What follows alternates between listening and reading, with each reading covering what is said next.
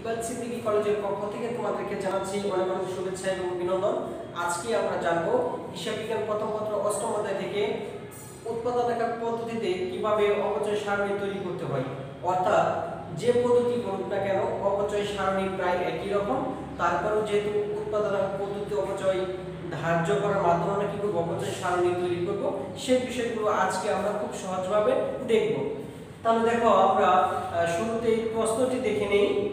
মিতালি এন্টারপ্রাইজের তথ্যাবলী নির্মাণক মোট উৎপাদন বলা আছে 20,000 একক, মেশিনের মোট মূল্য 10 লক্ষ টাকা, ভগ্নাবশেষ মূল্য আছে 2 লক্ষ টাকা, বার্ষিক উৎপাদন দেয়া আছে প্রথম বছর, দ্বিতীয় বছর, তৃতীয় এবং চতুর্থ বছর।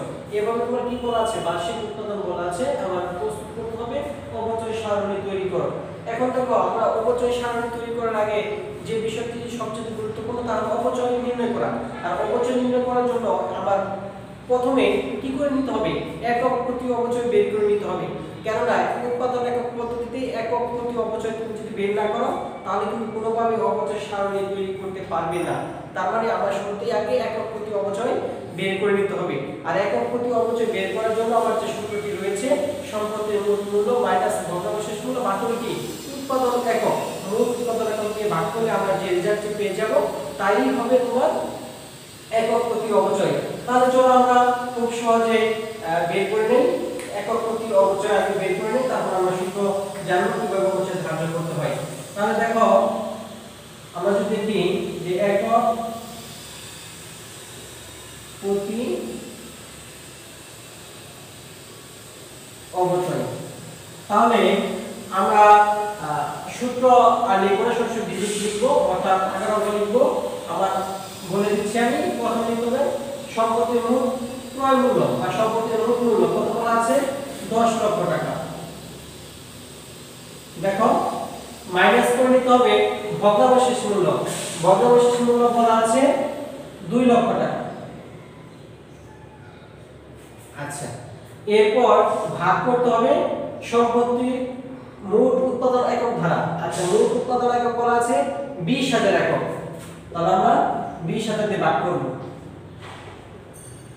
তাহলে আমরা এখানে লিখতে পারি 8 লক্ষ টাকা ভাগ যাবে 20,000 টাকা একক দিয়ে, তাহলে কত আসে 40 টাকা।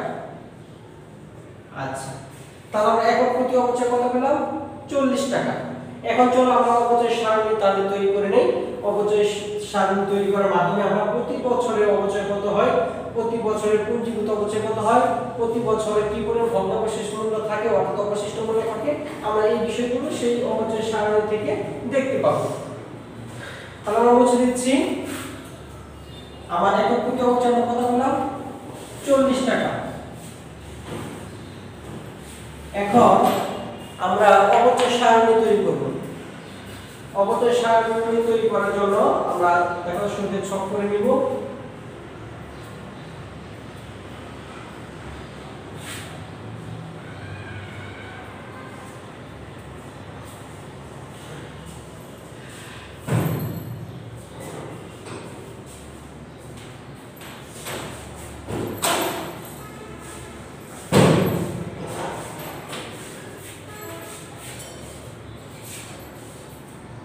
আমাদের 5টি ঘর করতে হবে, আমরা এর চাইতে বেশিও করতে পারি, তবে কমপক্ষে 5টি ঘরের মাধ্যমে আমরা কি করব অপচয় সারণী তৈরি করব। তাহলে দেখো শুরুতে আমরা 5টি ঘর দিয়ে নিচ্ছি।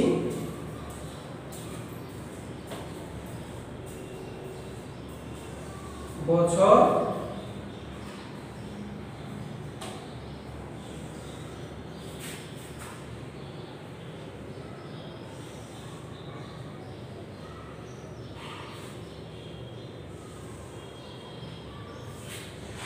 এভাবে কয়টা বছর আছে 4টা বছর, আমরা 4টা ছক করে নিব। হিসাব বিজ্ঞানের সৌন্দর্য হলো ছকে, আমরা ছকের সাহায্যে করব, ছক ছাড়া করতে পারো।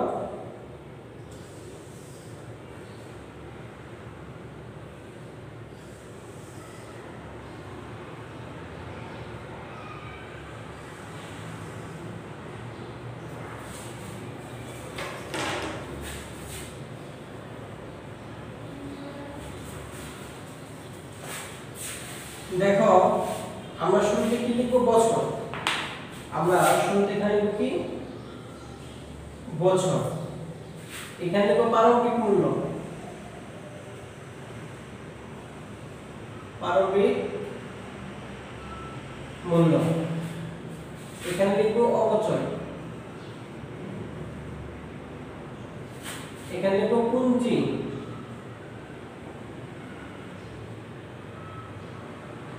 পুঞ্জীভূত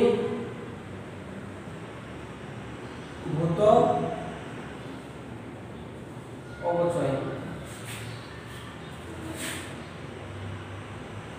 এখানে লিখব সমাপনী মূল্য।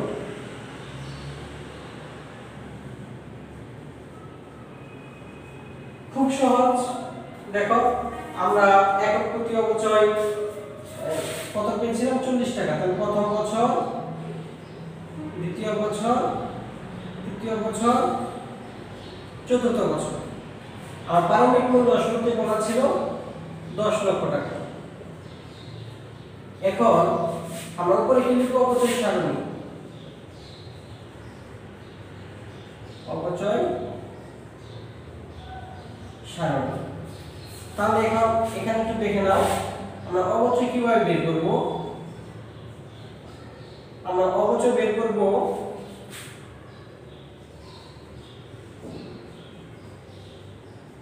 বার্ষিক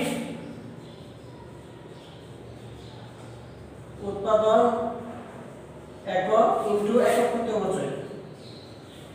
একক প্রতি অবচয়। খেয়াল করো আমরা দুইটা ছক বেশি দিতে পারতাম। একক প্রতি অবচয়, একক প্রতি বার্ষিক উৎপাদন জন্য আমরা দুইটি ছক বেশি দিতে পারতাম। একটি হলো উৎপাদন এককের জন্য, একটি হলো একক প্রতি অবচয়ের জন্য। যেহেতু প্রশ্নে বলা আছে এবং আমরা বের করে নিয়েছি, সেই জন্য আমরা অতিরিক্ত ঘর আমরা করলাম না। আমরা সূত্রটা শুধু লিখে নিলাম যে কিভাবে অবচয় ধার্য করতে হবে। তাহলে খেয়াল করো আমরা অবচয়ের সূত্রটা লিখে নিয়েছি। বার্ষিক উৎপাদন একক ইনটু একক প্রতি অবচয়। আমরা বার্ষিক উৎপাদন একক কত আছে? 10,000। তাহলে আমরা এখানে দেখিয়ে দিব 10,000 ইনটু 40 টাকা। তার কত আসে? 4 লক্ষ টাকা।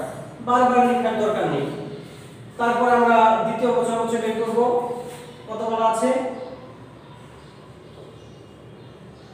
আমরা অবচয় বের করে নিই 6,000 ইনটু 40, 2,40,000 টাকা।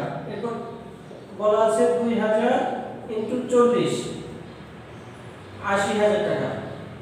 এরপর বলা আছে 2,000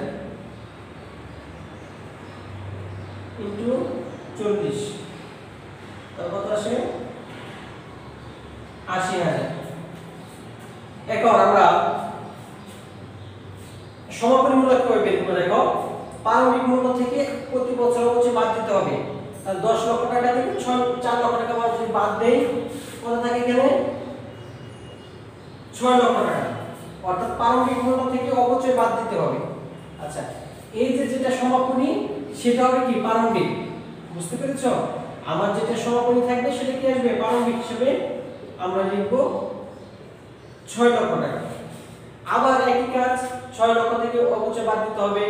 তাহলে 6 লক্ষ থেকে আমরা যদি অবচয় বাদ দেই 2,40,000 টাকা, তাহলে কত দাঁড়াবে? 3,60,000 টাকা। কত দাঁড়ালো? 3,60,000।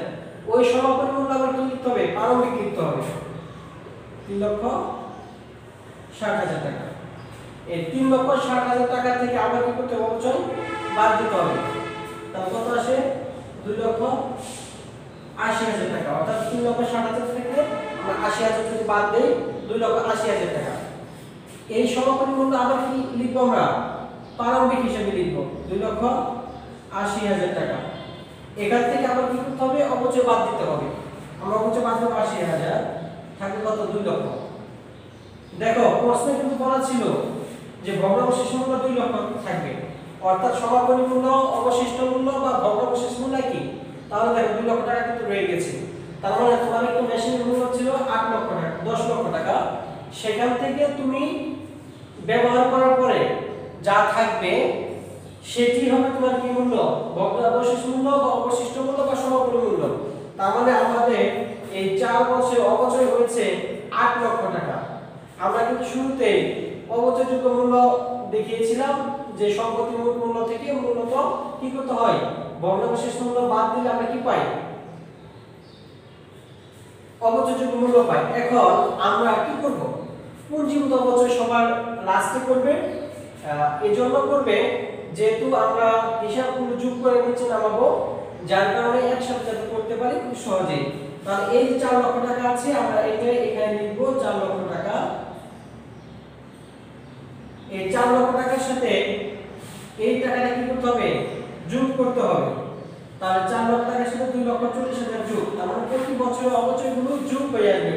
পুঞ্জীভূত অবচয় বা ক্রমযোজিত অবচয় অথবা অবচয় সঞ্চিতি, তার মানে পুঞ্জীভূত অবচয়ের আমরা তিনটি নাম পেলাম, একটি হলো পুঞ্জীভূত অবচয়, একটি হলো ক্রমযোজিত অবচয়, আরেকটি হলো অবচয় সঞ্চিতি।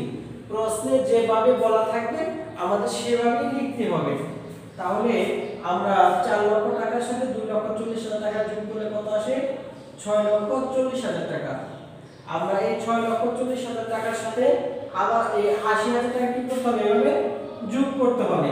তাহলে আমরা 80,000 যদি যোগ করি তাহলে কত আসে, 7,20,000 টাকা। এই 7,20,000 টাকার সাথে আবার কি করতে হবে, এই অবচয়টা যোগ করতে হবে। আমরা যদি যোগ করি তাহলে আসবে 8 লক্ষ টাকা। দেখো মিলে গিয়েছে রেজাল্ট। আমাদের সম্পত্তির মূল্য ছিল 10 লক্ষ টাকা, সেখান থেকে আমরা অবশিষ্ট মূল্য বাদ দিয়েছিলাম 2 লক্ষ টাকা বা রেখে দিয়েছি 2 লক্ষ টাকা, তাহলে অবচয় হয়েছে 8 লক্ষ টাকা। আমরা পুঞ্জীভূত অবচয় ঘরটা কেন করি, মূলত প্রতি বছর যে অবচয় হয় তা ওই ব্যালেন্সটা আমরা কি করি, প্রফিট থেকে কেটে রেখে আমরা কি করি, পুঞ্জীভূত অবচয় নামে আমরা সঞ্চয় করি। আচ্ছা যাই হোক, দেখো এই হলো তোমাদের অবচয় সারণী। এই অবচয় সারণী থেকে মূলত প্রতি বছর সম্পত্তির প্রারম্ভিক মূল্য কত এবং অবচয় কত হচ্ছে, পুঞ্জীভূত অবচয় কত হচ্ছে এবং সমাপনী মূল্য কত থাকতেছে, আমরা ডিটেইলস তথ্যগুলো কিন্তু এই মূলত পুঞ্জীভূত অবচয় সারণী থেকে পেয়ে থাকি। মূলত একটি মেশিন যখন প্রতিষ্ঠানে ব্যবহার করা হয়, প্রতি বছর বা প্রতি সময় যখন আপডেট জানা দরকার, সেই আপডেট তথ্যগুলো আমরা কোথা থেকে পেয়ে থাকি, মূলত এই অবচয় সারণী থেকে পেয়ে থাকি। এভাবে কি করতে হবে, তোমার প্রতিটা অঙ্কের জন্য অবচয় সারণী একইভাবে তৈরি করতে হবে, শুধু অবচয় ধার্য করা বা অবচয় ধরার পদ্ধতি শুধু ভিন্ন। আর এই যে তোমার এখানে যে নিয়মগুলো আছে, পারমাণবিক অবচয় বাদ দিয়ে আমরা সমাপনী পাই, সেটি আমরা পারমাণবিক মূল্য হিসেবে বিবেচনা করতে হবে এবং পুঞ্জীভূত অবচয় এইভাবে কি করতে হবে, গণনা করতে হবে। সব নিয়ম ঠিকই আছে, শুধু এই অবচয় ধরার পদ্ধতিটা হলো কি তোমার ভিন্নভাবে করতে হবে। আর এখানে আমি আগে বলে দিচ্ছি অবচয়ের জন্য আমার বার্ষিক উৎপাদন একক কিন্তু কি একক প্রতি অবচয় আমরা সূত্রটা লিখে নিয়েছি। এজন্য লিখে নিয়েছি যে আমরা অবচয়ের জন্য যদি বারবার প্রতি বছর অবচয় বের করে নেই, এই সূত্র লিখতে গেলে সময়ের প্রয়োজন আছে। এজন্য সময় সেভ করার জন্য আমরা দেখতেও একটু ব্যায়াম লাগে, এজন্য আমরা কি করব, শুরুতেই এই অবচয় সূত্রটা লিখে নিব যাতে আমাদের অবচয় নির্ণয় করতে কোনো সমস্যা না হয়। মূলত এভাবে কি করতে হবে, তোমার উৎপাদন একক পদ্ধতিতে অবচয় নির্ণয় করার পরে অবচয় সারণী তৈরি করতে হবে। মূলত উৎপাদন একক পদ্ধতিতে কিভাবে অবচয় এবং অবচয় সারণী তৈরি করতে হয় সেই বিষয়গুলো তোমরা এই ভিডিওটি দেখে তা বুঝতে পারবে। যদি তারপর কোনো সমস্যা থাকে তাহলে অবশ্যই কমেন্ট বক্সে সেগুলো জানাবে। ধন্যবাদ সকলকে।